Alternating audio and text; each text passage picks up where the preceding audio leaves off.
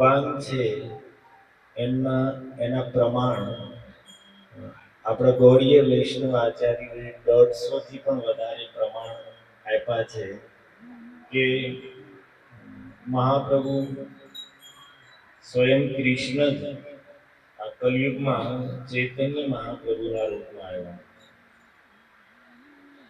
તો પ્રશ્ન થાય કે શાસ્ત્રમાં જેમ વર્ણન છે ભગવાન રામનું, ભગવાન કૃષ્ણનું, ભગવાનના અન્ય અવતારોનું, તો એવી રીતે ચૈતન્ય મહાપ્રભુનું વર્ણન કેમ નથી?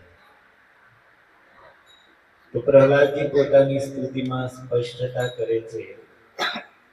પ્રહલાદજી કહે છે ભગવાન નરસિંહદેવ સામે કે અથ ત્રિયુગોસ્ત્વમ કલો છન્ન. તમારું નામ છે ત્રિયુગ, ચતુર્યુગ નહીં, ત્રિયુગ. અર્થાત 3 યુગમાં તમે પ્રગટ થઈને લીલા કરો છો. એટલા માટે તમારી લીલાઓ શાસ્ત્રમાં પણ પ્રગટ રૂપે વર્ણન છે. પણ કલો છન્ન, કલયુગમાં તમે ગુપ્ત રૂપથી પ્રગટ થાઓ છો અને એટલા માટે શાસ્ત્રોમાં કળિયુગની જે લીલાઓ છે અથવા ભગવાનનું જે સ્વરૂપ છે એનું વર્ણન પણ છન્ન, ગુપ્ત રૂપથી છે. તો આ મિક્સર અહીંયા મૂકો ને.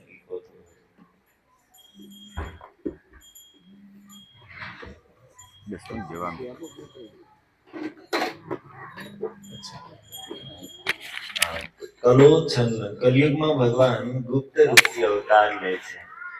તો મેં કીધું 150 પ્રમાણો આચાર્યોએ ભગવાન કૃષ્ણની ભગવત્તાના આપ્યા છે. પરંતુ એમાં શ્રીમદ ભાગવત પ્રમાણમ અમલમ, બધા જ પ્રમાણોમાં સર્વશ્રેષ્ઠ પ્રમાણના રૂપમાં ભાગવતને કીધું છે. તો ભાગવતના 2 શ્લોકોનો આપણે ઉચ્ચારણ કરીશું.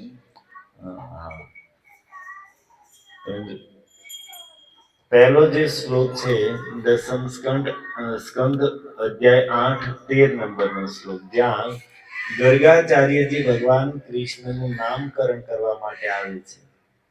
તો ઈ શ્લોક છે. તો મારી પાછળ તમે બોલો. આસન્ન વર્ણાસ્ત્રયો યસ્ય, આસન વર્ણાસ્ત્રયો યસ્ય, ગૃહણતો નો યુગમ તનો,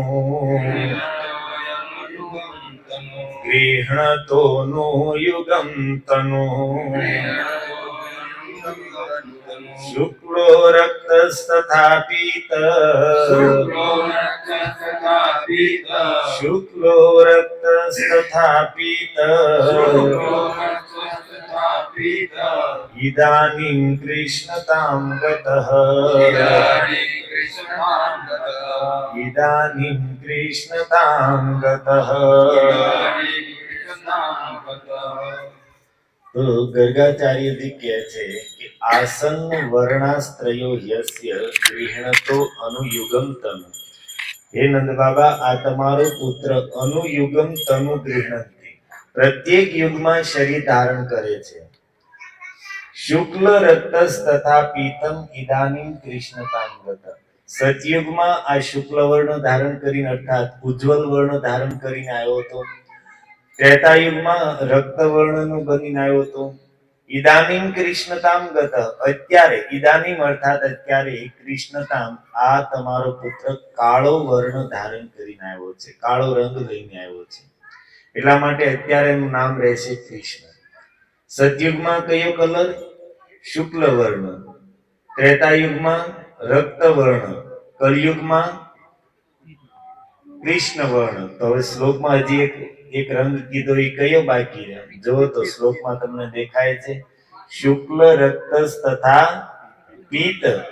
જે પીત વર્ણ અર્થાત આગળ કળિયુગમાં હે નંદ બાબા આ તમારો પુત્ર છે એ પીત વર્ણ ધારણ કરી પ્રગટ થાય છે. તો પીત વર્ણ કોનો રંગ છે? મહાપ્રભુ. મહાપ્રભુનું નામ શું હતું તમે જાણો છો? નીમના વૃક્ષ નીચે જન્મ થયો હતો એટલા માટે નિમાય કહેતા હતા. અને બચપનમાં એનું નામ પાડવામાં આવ્યું હતું વિશ્વંભર. પછી શરીરના એક એક અંગ ગૌર વર્ણના હતા, એટલા માટે ગૌર અંગ, ગૌરાંગ. અને મહાપ્રભુ શું કરતા,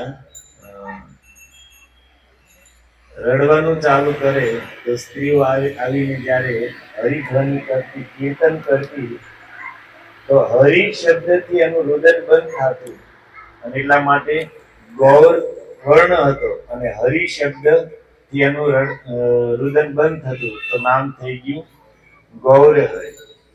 અચ્છા, એક તમને વાંચીને સંભળાવું. આ એક સારું થઈ ગયું આમ બધું. હા, હું હારું આમાં ગોતું પડે. હરે કૃષ્ણ કૃષ્ણ કૃષ્ણ હરે હરે, હરે રામ રામ રામ હરે હરે, હરે કૃષ્ણ કૃષ્ણ કૃષ્ણ હરે હરે, હરે રામ રામ રામ હરે હરે. અચ્છા,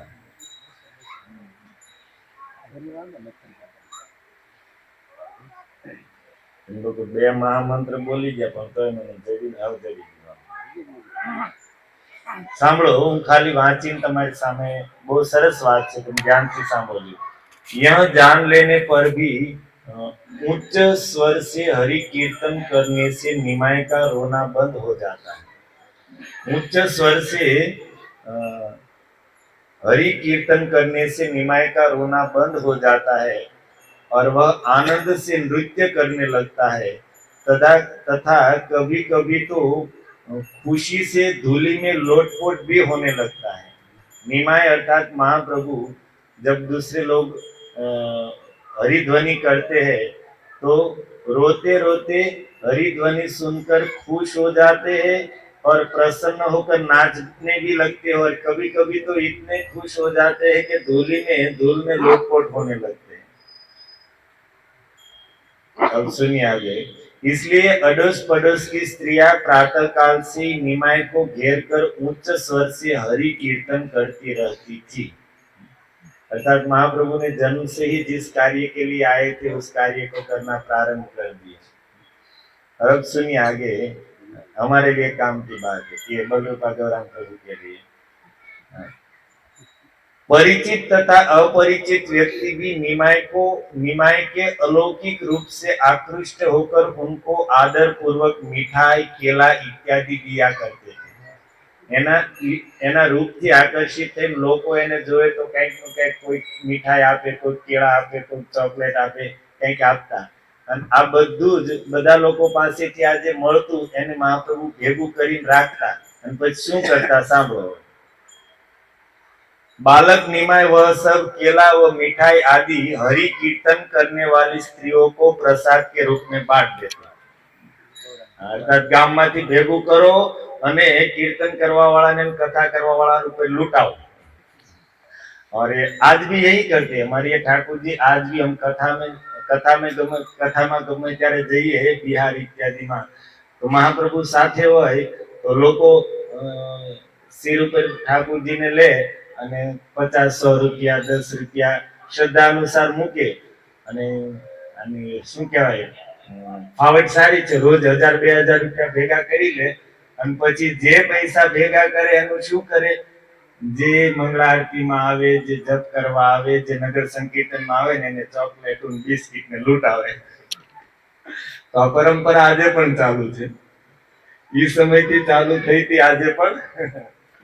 તો બહુ સરસ વાત છે કે ભાઈ ગામ લોકો પાસેથી ધન અથવા કાંઈ પણ લાવીને એનો સદુપયોગ શું છે કે જે લોકો ભગવાનની સેવામાં લાગ્યા છે, કથા કીર્તનમાં લાગ્યા છે, એની ઉપર લૂંટાવો, એને ખવડાવો, પીવડાવો, ખુશ કરો.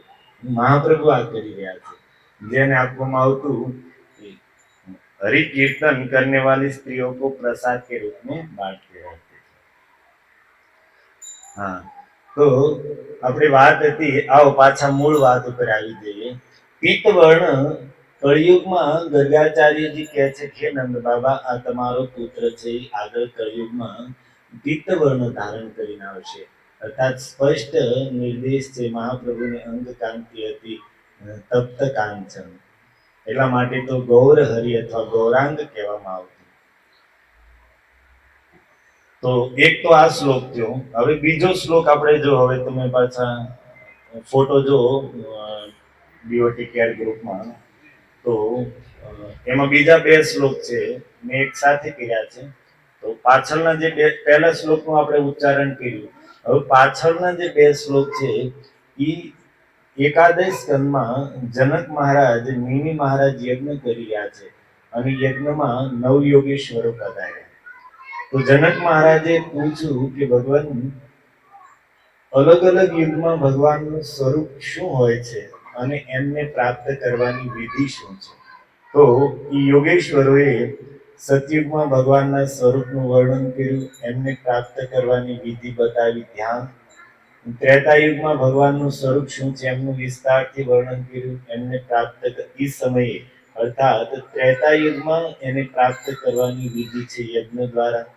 દ્વાપર યુગમાં ભગવાનનું સ્વરૂપ બતાવ્યું અને જો શ્લોક આમાં છે વચ્ચેનો શ્લોક, ઇતિ દ્વાપર ઉર્વિશમ સ્તુવંતિ જગદીશ્વરમ નાના તંત્ર વિધાનેન. કલયુગમાં જગદીશ્વર ભગવાનની નાના તંત્ર વિધાનેન, તંત્ર અર્થાત નારદ પંચરાત્ર ઇત્યાદિ તંત્ર શાસ્ત્ર કે વિધિ વિધાનો કે અનુસાર મોટી મોટી પૂજાઓ કરીને ભગવાનની પ્રાપ્તિ થતી.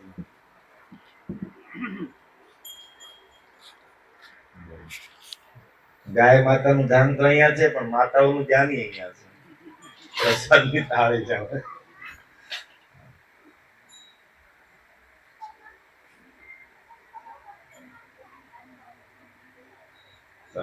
ભોગ લાગ્યો હોય અહીંયા ધ્યાન આપો, તમારી માટે જ છે. નાના તંત્ર વિધાને. અચ્છા, હવે અંતિમ ચરણમાં શું કહે છે શબ્દ જો, કલો અપી તથા શૃણો. કલો અપી તથા શૃણો. હવે રાજન કલયુગનું વર્ણન સાંભળો. કલો અપી તથા શૃણો. હવે કલયુગમાં ભગવાનનું સ્વરૂપ અને એમને પ્રાપ્ત કરવાની વિધિ સાંભળો. કળિયુગમાં ભગવાનનું સ્વરૂપ શું હશે? કૃષ્ણ વર્ણ ત્રિશા કૃષ્ણમ. બોલો. કૃષ્ણ વર્ણમ ત્રિશા કૃષ્ણ સાંગો પાંગાસ્ત્ર પાર્ષદ. સાંગો પાંગાસ્ત્ર પાર્ષદ.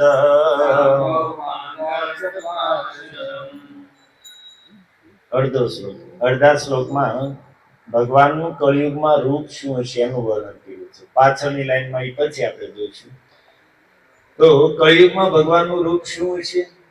કૃષ્ણ વર્ણ, જે નિરંતર કૃષ્ણનું વર્ણન કરવામાં લાગ્યા હશે. કૃષ્ણ નામ, કૃષ્ણ કથા, કૃષ્ણ મહિમા ઇત્યાદિ કૃષ્ણ વર્ણનમાં ભગવાનનું સ્વરૂપ બતાવે છે કે કૃષ્ણના વર્ણનમાં લાગેલા હશે.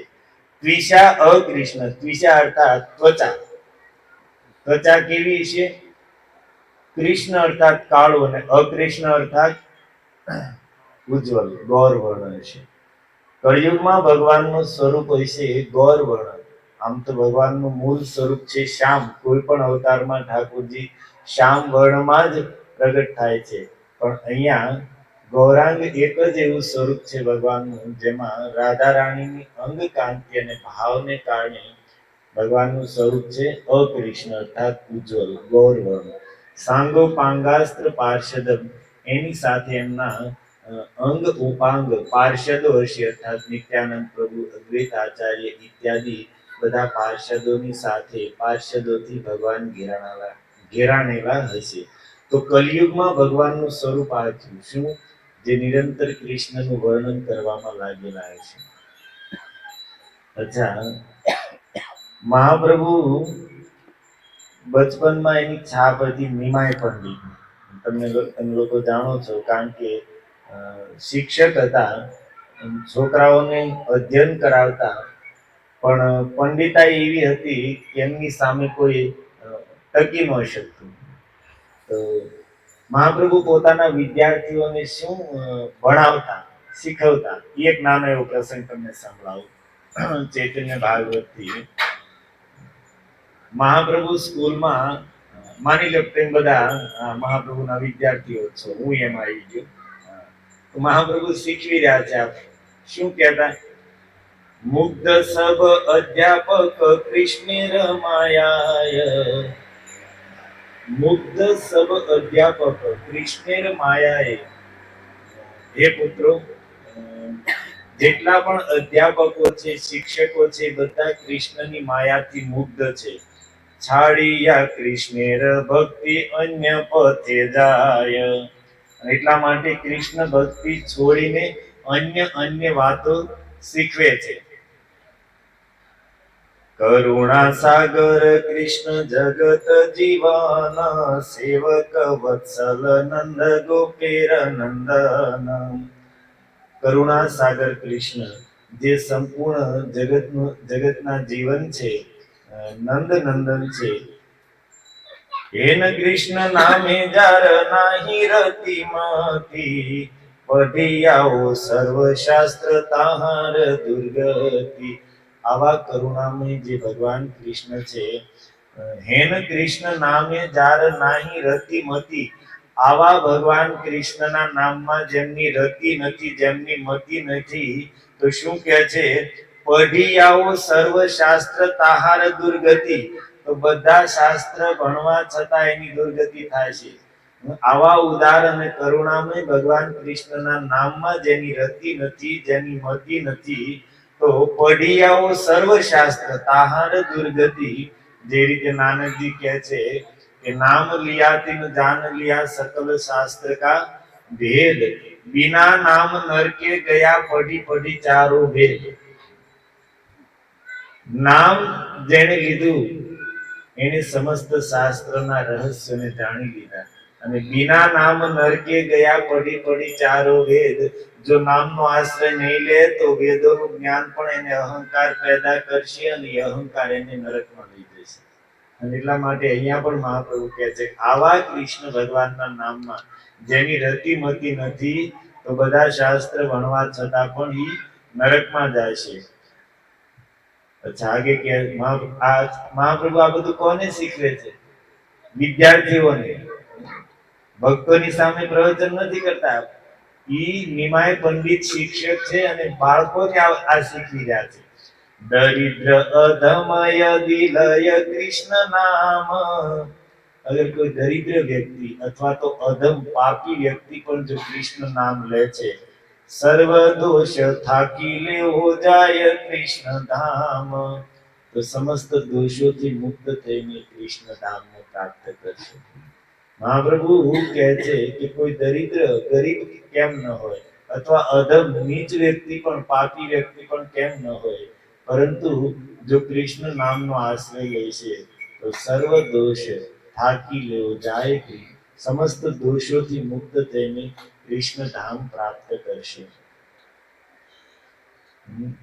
મને સ્મરણ આવે છે કે કોરોના કાળમાં ઓનલાઈન ક્લાસમાં પરમ પૂજ્ય જયપતાકા સ્વામી મહારાજને એક ભક્તે પ્રશ્ન પૂછ્યો કે મહારાજ, કોરોના આખી દુનિયાને ઝપટમાં લઈ લીધી છે. રોજ કેટલા લોકો મરી રહ્યા છે, કેટલા લોકો દુઃખી થઈ રહ્યા છે, કેટલા લોકો ભયભીત છે. આ બધું જોઈને બહુ ડર લાગે છે. તો મહારાજજીને પૂછ્યું કે શું કરવું એમ. મહારાજજી બહુ સુંદર જવાબ આપ્યો કે તમે ભાગવતનો આશ્રય લીધો તો તમને ડર ન લાગે. તમે સોશિયલ મીડિયાનો આશ્રય લીધો અને એમાં કળિયુગના કોરોનાના બધા સમાચાર સાંભળીને તમને ડર અને ભય લાગી રહ્યો છે. પણ જો ભાગવતનો આશ્રય લીધો હોત તો તમે સત્ય જાણી શકે. ભાગવત સ્પષ્ટ કહે છે, કલો દોષ નિધે રાજન. કળિયુગ છે દોષોનો સમુદ્ર છે. દોષ અર્થાત આ બધા જ દોષ છે કળિયુગમાં. અતિવૃષ્ટિ, અનાવૃષ્ટિ, કોઈ જગ્યાએ દુષ્કાળ ને કોઈ જગ્યાએ ભૂકંપ ને કોઈ જગ્યાએ મહામારી, આ બધા કળિયુગના દોષો છે. કળિયુગમાં આ બધું થતું જ રહેશે. તો ભાગવતનો આશ્રય લીધો તો તમને ખબર પડે કે ભાઈ આ મહામારી ના બધું તો કળિયુગના લક્ષણો પહેલેથી જ વર્ણન કર્યું છે. તો મહારાજજી કહે છે કે ભાગવતનો તમે આશ્રય લીધો હોત તો તમે જાણી શકે કે કળિયુગના બધા દોષો છે જ. અને દોષોને શું કામ જોવો છો? જોવા હોય તો કળિયુગના ગુણને જોવો ને. ગુણ શું છે? અસ્તિ એકો મહાન ગુણ કીર્તનાદેવ કૃષ્ણસ્ય મુક્ત સંગસ્ય જાયતે. કળિયુગના દોષોને જોઈને દુઃખી થાઓ છો એમ કરતા કળિયુગનો જે ગુણ છે કૃષ્ણ કીર્તનાદેવ કૃષ્ણસ્ય મુક્ત સંગસ્ય જાયતે. કળિયુગનો જે ગુણ છે કૃષ્ણ નામ કીર્તન માત્રથી સમસ્ત દોષોથી મુક્ત થઈને જીવ પરમ ધામને પ્રાપ્ત કરી લેશે. આને જુઓ ને, કળિયુગના દોષો જોવાય કરતા કળિયુગનો જે ગુણ છે એને જુઓ. તો મહાપુરુષોના જવાબ પણ કેટલા સ્પષ્ટ. આપણને ઘણાય પૂછ આવું કઈ પૂછ્યું જ નહીં.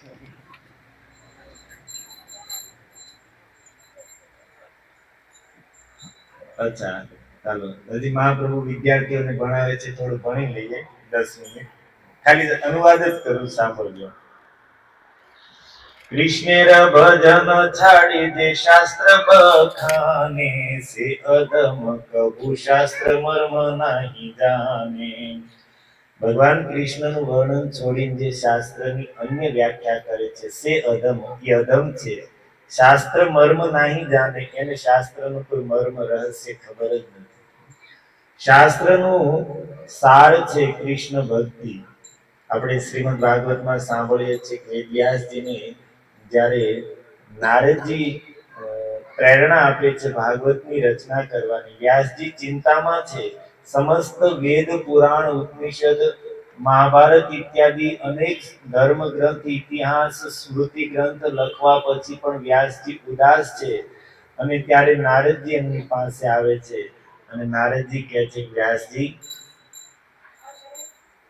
તમે જાણો છો કે જે શાસ્ત્રમાં જે સ્થાન પર ભગવાન કૃષ્ણના જગતને પવિત્ર કરવા વાળા યશ કથાનું વર્ણન નથી, એ શાસ્ત્ર હોય કે એ સ્થાન હોય, તદ વાયસમ તીર્થમ પુષંતિ માનસા.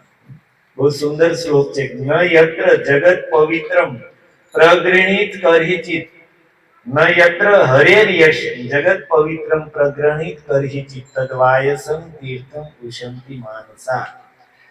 ભગવાન શ્રી હરિનો યશ જે ત્રિભુવનને પવિત્ર કરવા વાળો છે, પરંતુ જે શાસ્ત્રમાં કે જે સ્થાનમાં ભગવાનના એ મંગલનો યશનું વર્ણન નથી, તદ વાયસમ તીર્થમ, તો ઈ કાગડાનું તીર્થ છે.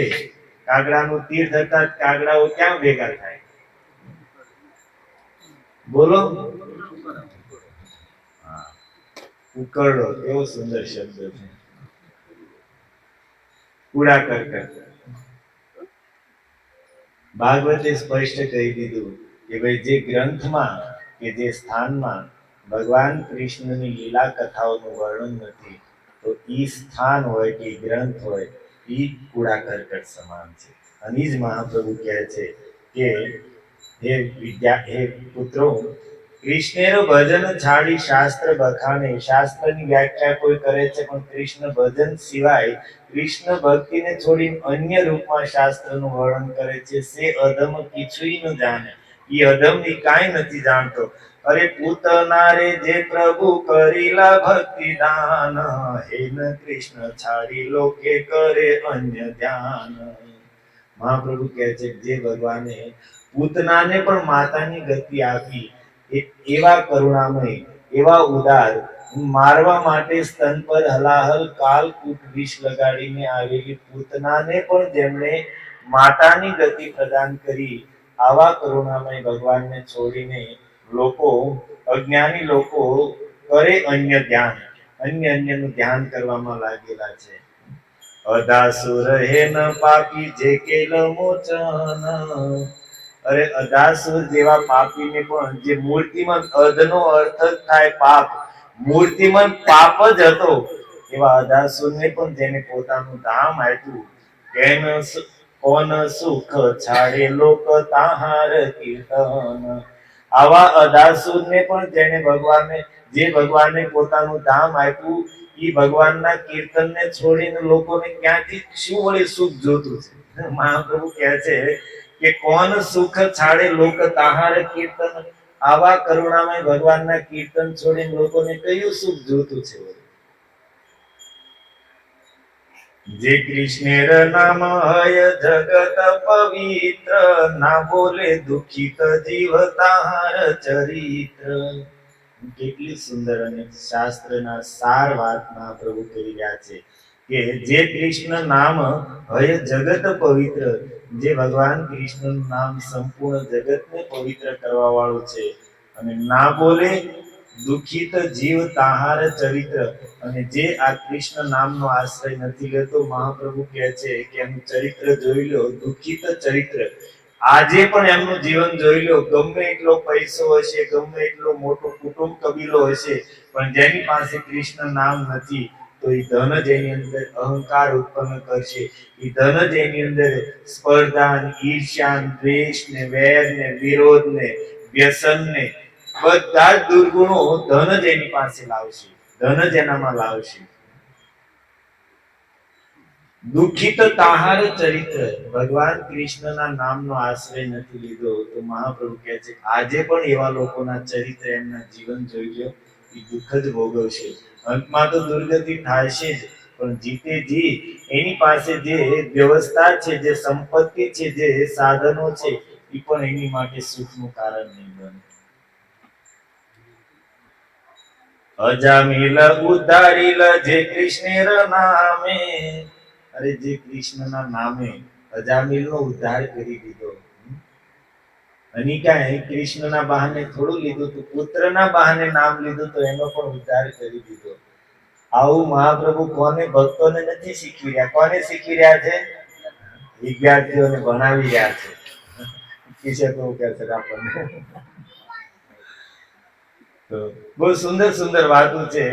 જે ચરણ સેવી તે લક્ષ્મી રય અભિલાષ, જે ચરણ સેવિયા શંકર શુદ્ધ દાસ.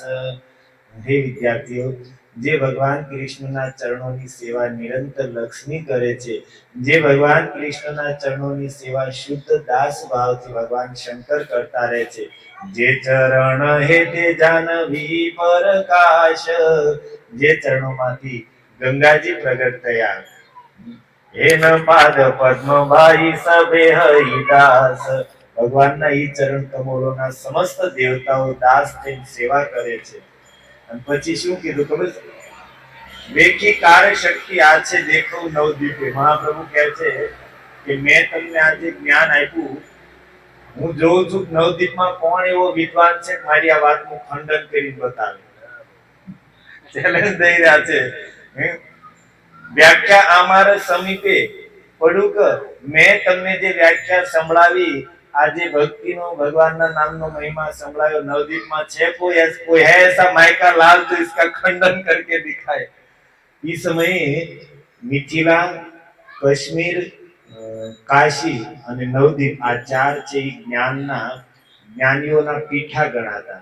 અર્થાત ત્યાં મોટા મોટા વિદ્વાનો શાસ્ત્રાર્થ કરવા માટે કોઈ વિદ્વાન હોય તો એને ચાર જગ્યાએથી પ્રમાણપત્ર મળી જાય વિદ્વત્તાનું, તો પછી એને કોઈ પરાસ્ત ન કરી શકે. અને ઈ નવદીપ ધામમાં રહીને મહાપ્રભુ ચેલેન્જ કરી રહ્યા છે, હું જે તમને આ વર્ણન કરું છું, કોઈ છે નવદીપમાં એવો વિદ્વાન, કોઈ માયકા લાલ जिसका खंडन करके दिखाए. आज के दिन इतना ही, अब कल और आपको सुनाऊंगा. મહાપ્રભુ કહે છે તમને જ નહીં છોડવાના. એટલું કઈ મહાપ્રભુ સ્કૂલેથી ઘરે આવ્યા, ઘરે આવીને સ્નાન કર્યું, સ્નાન કરી પછી શું કર્યું સાંભળો. હા, તુલસી જલ દિયા કરીલા સેચન. મહાપ્રભુનો નિયમ હતો બહારથી આવતા સ્નાન કરીને સૌથી પહેલા નિત્ય તુલસી સેચન કરી, તુલસી માતાને જળ આપતા, પ્રણામ કરતા અને પરિક્રમા કરતા. એટલા માટે પ્રભુપાદજી આપણને આ નિયમ આપ્યો છે. આ મહાપ્રભુ એ પરંપરા, એમનો નિયમ છે. તુલસી જલ દિયા કરિયા સેચન, ઓર ભોજન કરવા માટે બેઠા છે. તમારી વાત છે. મહાપ્રભુ ભોજન કરવા માટે બેઠા તો સતી માતા પૂછે છે કે નિમાઈ આજ શું બનાવ્યું? આજ સ્કૂલમાં જઈને વિદ્યાર્થીઓને શું ભણાવ્યું? આપણું ગીત ગાય ને, ક્યાં રમી આવ્યા રાસ રે, આજે શું કે ઓરંગ રસિયા ક્યાં રમ્યા, એમાં એમ સતી માતા પૂછે છે કે ઓ નિમાય પંડિત આજ શું ભણાઈ આવ્યા? તો મહાપ્રભુ કહે છે પ્રભુ બોલે આજી પઢી लाई कृष्ण नाम, माता आज मैंने पढ़ाया कृष्ण नाम, सत्य कृष्ण चरण कमल गुण धाम। आज विद्यार्थियों ने सीखू कि सत्य कृष्ण चरण कमल गुण धाम, सत्य कृष्ण नाम गुण श्रवण कीर्तन। माता બધા વિદ્યાર્થીઓને શીખવું કે આ જગતમાં સત્ય છે કૃષ્ણનું નામ, એમનું કીર્તન અને એમના ગુણગાન। સત્ય કૃષ્ણ ચંદ્રેર સેવક જે જે જન, ઈ કૃષ્ણના જે સેવક છે ઈ આ જગતમાં સત્ય છે। સેઈ શાસ્ત્ર સત્ય કૃષ્ણે ભક્તિ કહે જાય, ઈ જ શાસ્ત્ર સત્ય છે જે કૃષ્ણ ભક્તિનું વર્ણન કરે છે। અન્યથા ઈલે શાસ્ત્ર પાષંડત્વ પ્રાય, અને જે શાસ્ત્રમાં કૃષ્ણ ભક્તિનું વર્ણન નથી તો એ શાસ્ત્ર પાખંડી, એ શાસ્ત્ર છે એ પાખંડ શાસ્ત્ર છે। અને મહાપ્રભુ પ્રમાણ દેવા માટે મહાભારત જૈમિની કૃત મહાભારતનો એક શ્લોક કહે છે, બહુ સુંદર શ્લોક છે, સાંભળો। યસ્મિન શાસ્ત્રે પુરાણે વા હરિભક્તિ ન દ્રશ્યતે, જે શાસ્ત્રમાં જે પુરાણમાં હરિભક્તિ ન દ્રશ્યતે, ભગવાન હરિની ભક્તિનું વર્ણન નથી, શ્રોતવ્યમ નૈવ તત્ શાસ્ત્રમ યદિ બ્રહ્મા સ્વયં વદેત। અનુવાદ કરવું પડશે કે તમને સમજાઈ ગયું? શ્રોતવ્યમ નૈવ તત્ શાસ્ત્રમ યદિ બ્રહ્મા સ્વયં વદેત। રાજ્ય પ્રભુ બોલો શું કહે છે અનુવાદ? હા, પ્રભુજી કહે છે કે સ્વયં બ્રહ્માજી કહેવા વાળા હોય તો પણ જે શાસ્ત્રમાં કૃષ્ણ ભક્તિનું વર્ણન નથી એને સાંભળવું ન જોઈએ।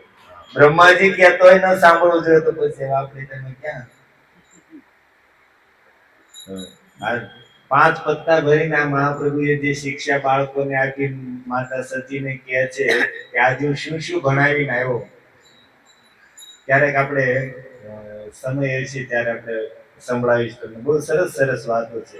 આમાં કહે છે કપિલેર ભાવે પ્રભુ જનની સ્થાને, જેમ કપિલ ભગવાન પોતાની માતા દેવહૂતિને ઉપદેશ આપે છે એ જ ભાવથી અહીંયા મહાપ્રભુ સતી માતાને સુંદર સુંદર કૃષ્ણ ભક્તિની વાતો કરી રહ્યા છે। તો હા, ક્યાંથી આપણે આ વાત ગઈ હતી? કલિયુગમાં ભગવાનનું સ્વરૂપ હશે કૃષ્ણ વર્ણ, જે નિરંતર કૃષ્ણનું વર્ણન કરવામાં લાગેલા છે। ભગવાનનું સ્વરૂપ કલિયુગમાં આ છે, તો એટલા માટે મેં તમને કીધું કે ભક્તોની સામે કૃષ્ણનું વર્ણન કરતા એટલું જ નહીં, વિદ્યાર્થીઓ સામે તે યાદ કરતા હતા। હરે કૃષ્ણ કૃષ્ણ કૃષ્ણ હરે, પ્રભુજી કહે છે કે બીજી લાઈન બાકી છે, તો ચાલો 2 મિનિટ વધારે નહીં લઉં, પૂરું કરી દઈએ શ્લોક। કાઢો શ્લોક, મોબાઈલ ખોલો।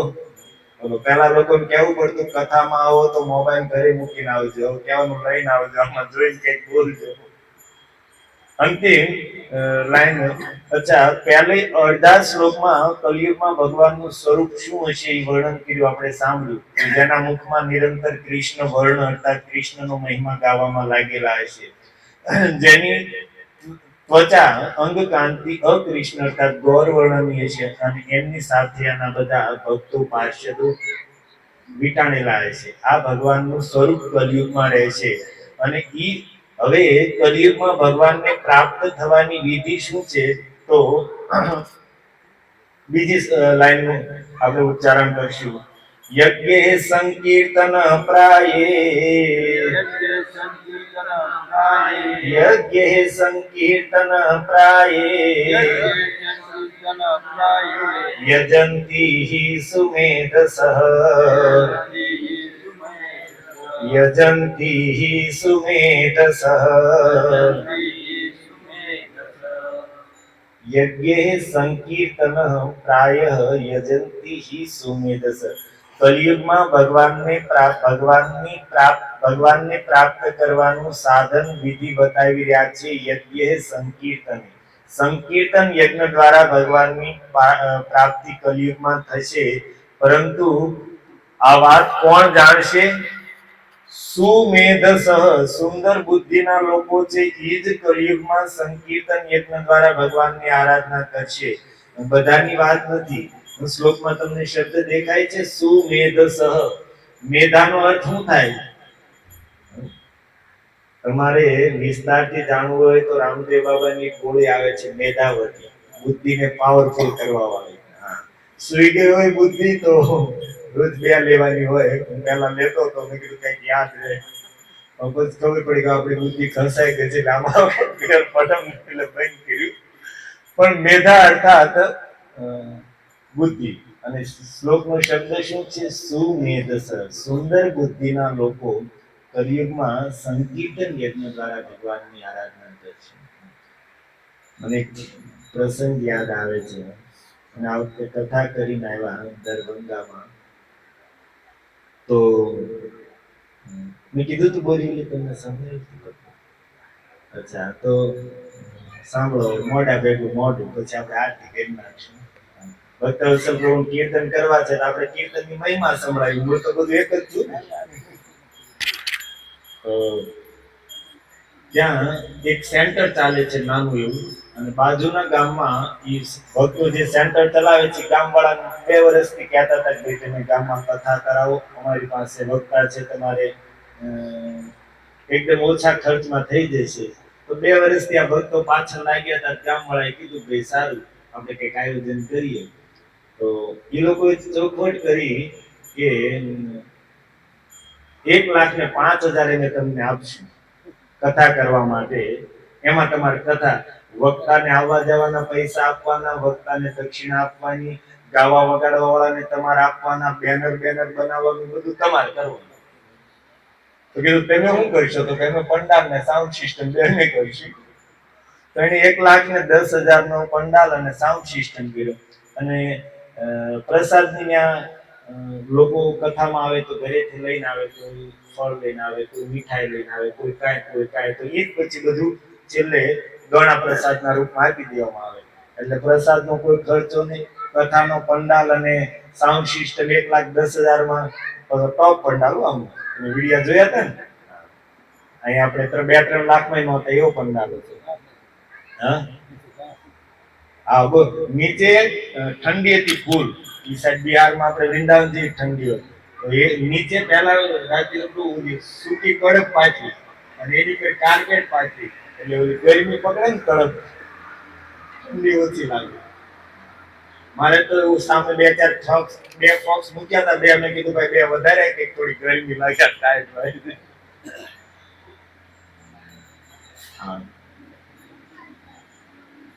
હા, તો ઓલા પ્રભુજીને કીધું બાકી તમારે 1,05,000 માં બધું. તો એમાં 5 વગાડવા વાળા હતા, ગાવા વગાડવા વાળા, કીર્તન કરવા વાળા, ની બધા ભક્તો. એ બધાને રોજના 1,000 લેકે 9,000 આપ્યા. 50,000 પ્રભુજીના એમાં ગયા.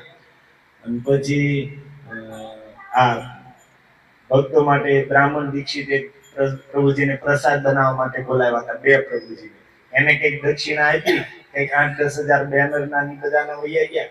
પછી પ્રભુજી સેન્ટર સંભાળતા હતા. એ 9 દિવસ માટે અહીંયા કથામાં આવી ગયા. તો ત્યાં સેન્ટર સંભાળવા માટે બીજા એક પ્રભુજીને બોલાવ્યા અહીંયા સેવા માટે, તેને દક્ષિણા આપી.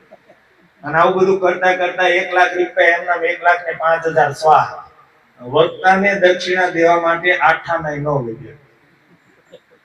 બધું ગામડામાં તો શું સિસ્ટમ ખબર પડી તો લોકો વાતો કરવા માંડ્યા કે આને જો બધાને પૈસા અમને બધાને આપી દીધા ને પ્રભુજીને દેવા દક્ષિણા દેવા માટે કાંઈ ન વધાર્યું.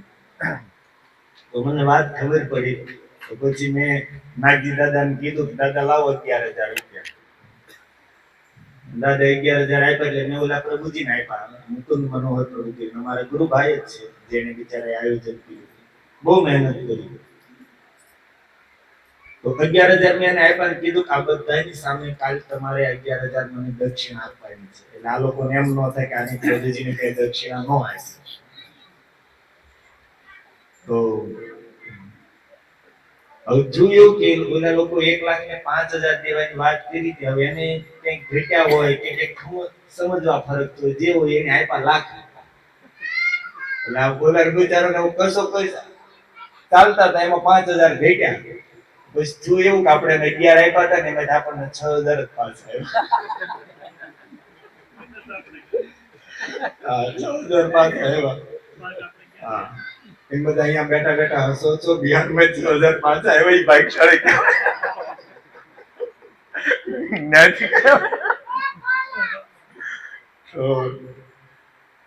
અચ્છા, 2.25 લાખના 9 દિવસ કથા થઈ. રોજ સવારમાં મંગળા આરતીમાં પહેલા દિવસે 150 માણસો હતા અને છેલ્લા દિવસે 450 માણસો મંગળા આરતીમાં હતા. એવરેજ 250 લોકો મંગળા આરતીમાં આખો પ્રોગ્રામ એટેન્ડ કરતા અને બધા સાથે બેસીને એક માળા કરતા. અને બધા અમારે રમેશભાઈ એક બે જણા છે તિલક કરી દેતા, બધા તિલક કરીને બેઠા હોય અને એક સાથે માળા કરતા હોય. તો વિચાર કરો 300-400 લોકો રોજ. તો ત્યાં ગામના એક દાદા હતા, વળી વૃદ્ધ હતા, લગભગ 85-90 વર્ષની ઉંમર હતી. દાદાનું નામ હતું ગંગા પ્રસાદ, એના ઘરનાનું નામ હતું જમનાબાઈ. 3 છોકરા હતા, બોલો. મોટાનું નામ ગૌરીશંકર, વચ્ચેનાનું નાનાનું નામ જયશંકર અને એકનું નામ હજી શું હતું? ઉમાશંકર. ગૌરીશંકર, ઉમાશંકર ને જયશંકર. અને પપ્પા ગંગા પ્રસાદ, માતા જમનાબાઈ. વાહ, કેટલા સુંદર નામ છે. નામ યાદ રહી ગયા. ક્ષત્રિય સમાજ હતો. તે દાદા રોવા માંડ્યા એક દિવસ. મેં કીધું કેમ થયું દાદા, ભાવુક થઈ ગયા? કે ભાઈ કે હું આ ગામમાં જન્મો છું, ગઢો થઈ ગયો, આજ સુધી મેં જોયું નથી કે મારા ગામના લોકો તિલક કરીને બેઠા છે, મારા ગામના લોકો ભગવાનનું નામ લે છે, કીર્તન કરે છે, કથા સાંભળે.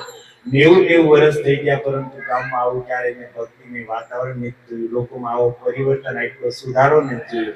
આ જોઈને કે હરખના હશે. 2-4-6 વર્ષ પહેલા ત્યાં 9 દિવસનો યજ્ઞ થયો હતો. 22 લાખ રૂપિયાનો એમાં ખર્ચો થયો હતો 9 દિવસ. અને કહેતા હતા 9 દિવસ યજ્ઞ થયો પ્રભુજી, પણ એક જણો ભગવાનનું નામ લેતો ન થયો, એક જણો ભગવાનના ભજનમાં ન લાગ્યો, કોઈએ વ્યસન ન છોડ્યા, કોઈ સુધારો નહીં. 9 દિવસ યજ્ઞ થયો, લોકો આવતા, દર્શન કરતા, ખાઈ ખાઈને વ્યા જતા. 22 લાખ રૂપિયા ભાંગ્યા, પણ કાંઈ ફળ ના આવ્યું. અને 9 દિવસ અહીંયા 2 લાખના ખર્ચામાં આજે સામે પરિણામ દેખાય છે ને એના હરડું, એના આંખમાં આંસુ છે. તો એટલે સ્મરણ આવ્યું કે યજ્ઞ સંકીર્તન. કળિયુગમાં બુદ્ધિમાન લોકો છે આ યજ્ઞ કરશે, રોજ કીર્તન ને કથા. આ સાચો કળિયુગનો યજ્ઞ છે. અને એ લોકોને દેખાણું 2 લાખમાં આ યજ્ઞ થયો એનું કેટલું ફળ આવ્યું, અને 22 લાખમાં ઓલો યજ્ઞ થયો એનું શું ફળ આવ્યું. એટલા માટે શબ્દ વાપર્યો છે સુમેધ સહ. કલિયુગમાં બુદ્ધિમાન લોકો,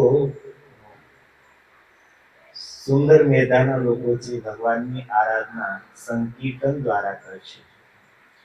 હરે કૃષ્ણ હરે કૃષ્ણ કૃષ્ણ કૃષ્ણ હરે હરે, હરે રામ પણ એટલી સરળ, એટલી સાચી, એટલી સચોટ વાત છે, પણ કહેવા વાળા બહુ ઓછા છે.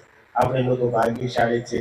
મહાપ્રભુની પરંપરામાં પ્રભુપાદજીની કૃપાથી આપણને આ સાચો માર્ગ મળ્યો છે. અને કેવો પાછો આનંદનો માર્ગ બોલો. અહીંયા કાંઈ ઉપાધિ, એ કથા કરીને કીર્તન કર્યા, હમણાં આરતીમાં નાચ્યું, પ્રસાદ લઈને ઘરે. આત્માનું કલ્યાણ થઈ રહ્યું છે, સુખ મળી રહ્યું છે. ઓલા જેવી વાત થઈ, આપણે કઈ રોજ બહાર ગામ જવું હોય તો ત્યાં પહોંચીએ પછી તો આપણને મજા જ આવવાની હોય. કંઈક ફરવા ગયા હોય ત્યાં સારામાં સારી હોટલ કે ઘર કે જે બુકિંગ કરાવ્યું હોય તો ત્યાં પહોંચીને તો મજા જ આવવાની છે. પણ રસ્તો ત્યાં શું કહેવાય, 4 પટ્ટીનો હાઈવે હોય, એક્સપ્રેસ હાઈવે, ગાડી સારામાં સારી હોય, ત્યાં જઈને તો સુખ મળવાનું છે, પણ રસ્તો સુખ જ છે. એમ આપણી માટે ત્યાં જઈને ધામમાં પહોંચે પછી તો સુખ ને આનંદ છે, તે બધા માટે છે, પણ રસ્તો ભક્તિનો છે, એ સુખ જ છે. જ્ઞાન યોગ, કર્મયોગ છે, એ રસ્તો સુખ જ નથી. એ રસ્તો પાર કરવો એ ખાડા ટેકરા વાળો છે.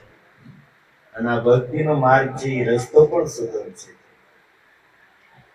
અને આપણને પ્રભુપાદજીની કૃપાથી, મહાપ્રભુની કૃપાથી મળ્યો છે. તો કાલ પરમ દિવસે ચૈતન્ય મહાપ્રભુનો જન્મ દિવસ છે અને ઈ આવ્યા છે આપણને બે વસ્તુ શીખવવા માટે. વૈરાગ્ય વિદ્યા નિજ ભક્તિ યોગ. વૈરાગ્ય અને ભક્તિ આ બે વસ્તુ શીખવવા માટે જ મહાપ્રભુ આવ્યા છે. તો તમને બધાને પ્રાર્થના છે કે પરમ દિવસે મહાપ્રભુનો જન્મ દિવસ છે. કોઈના જન્મ દિવસે એમને કંઈક દેવાની આપણે ત્યાં પરંપરા છે.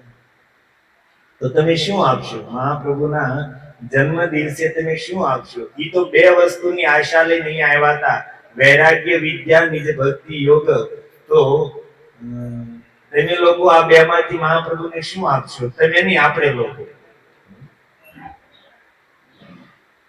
હાલો, તમે લોકો જવાબ નહીં દો ત્યાં સુધી અહીંયાથી નીચે ઉતરીશ નહીં, હું ઉતરીશ નહીં ત્યાં સુધી તમને પ્રસાદ મળવાનો નથી.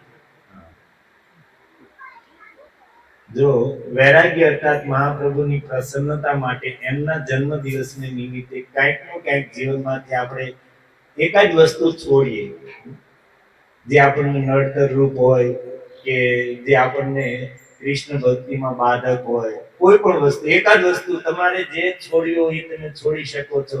પણ કંઈક એકાદી વસ્તુ મહાપ્રભુની પ્રસન્નતા માટે એમના જન્મ દિવસના દિવસે તમે છોડજો. 2 દિવસ વિચારી લો અને ગૌર પૂર્ણિમાના દિવસે મહાપ્રભુની સામે કહેજો કે અમે આ પ્રયાસ કરશું છોડવાનો, તો મહાપ્રભુ તમે અમને શક્તિ આપજો. પછી આપણે ભેગા થઈએ ત્યારે કહેજો, હું કહીશ તમને મેં શું છોડ્યું, તમે કહેજો કે આપણે આ છોડ્યું. અને કઈક ભક્તિનો એકાદો નિયમ ગ્રહણ કરજો કે એક માળા વધારી અથવા તો કઈક રોજ ભાગવતના 2-5 શ્લોક અથવા ભગવદ ગીતાના 2-4 શ્લોક ઉચ્ચારણ કરવાનું, વાંચવાનું નિયમ લીધું, અથવા તો કાંઈ પણ એવું પણ નિયમ લઈ શકો. 16 માળા તો કરીએ છીએ પણ એમાંથી બેસીને 8 માળા તો બેસીને જ કરશું, બાકીની 8 માળા ભલે ચાલતા એક ગમે એ રીતે થાય. અથવા તો 16 નો નિયમ લ્યો તો મહાપ્રભુ નાચવા મળશે બેસી કરવાનું. તો હું એમ નથી કહેતો, ખાલી તમને કહું છું કે આવી રીતે કોઈ પણ વસ્તુ જન્મ દિવસના દિવસે આપણે ત્યાં દેવાની પરંપરા છે કે મહાપ્રભુની પ્રસન્નતા માટે કંઈક નિયમ લેશો તો મહાપ્રભુ બહુ પ્રસન્ન થાય છે. એની પ્રસન્નતા જ આપણને કૃષ્ણ પ્રેમ સુધી પહોંચાડશે. બાકી આ કળિયુગમાં આપણે આપણા પ્રયાસથી પ્રેમ ધન સુધી પહોંચી નહીં શકીએ. એમની કૃપા હશે તો એ સ્થાન સુધી પહોંચી શકશું. તો એમની પ્રસન્નતા માટે તમે પ્રયાસ કરજો. અરે અમારે જનાર્દન પ્રભુ માઇક લઈને ઊભા થઈ જાઓ. હરે કૃષ્ણ કૃષ્ણ કૃષ્ણ હરે હરે, હરે રામ એટલે હું ના પાડતો બેસાડો પરાણે બેસે.